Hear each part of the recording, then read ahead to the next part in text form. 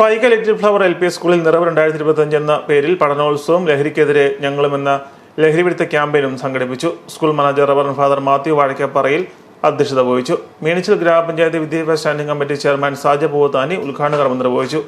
തുടർന്ന് ലഹരിവിരുദ്ധ ക്യാമ്പയിന്റെ ഭാഗമായി Pala police station senior civil officer Ajay Kumar MN കുട്ടികൾക്കായി ബോധവൽക്കരണ ക്ലാസ് എടുക്കുകയും ലഹരിവിരുദ്ധ പ്രതിജ്ഞ എടുപ്പിക്കുകയും ചെയ്തു. പണ്ടൊക്കെ പനയൊക്കെ നമ്മുടെ വീട്ടിൽ നാട്ടിലൊക്കെയുള്ള പനയുണ്ടല്ലോ, പന കണ്ടിട്ടുണ്ടോ? ചെത്തുന്ന പന കണ്ടിട്ടുണ്ടോ?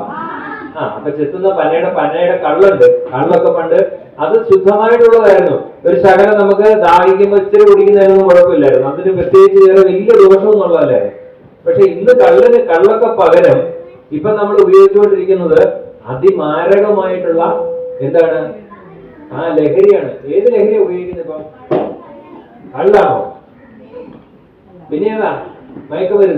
തുടർന്ന് കുട്ടികൾ ഒരു വർഷത്തെ പഠന പ്രവർത്തനങ്ങളുടെ മികവവതരണം നടത്തി. എല്ലാ വിഷയങ്ങളിലുമുള്ള പ്രാവീണ്യം കുട്ടികൾ രക്ഷിതാക്കൾക്ക് മുമ്പിൽ പ്രദർശിപ്പിച്ച് മികവ് തെളിയിച്ചു.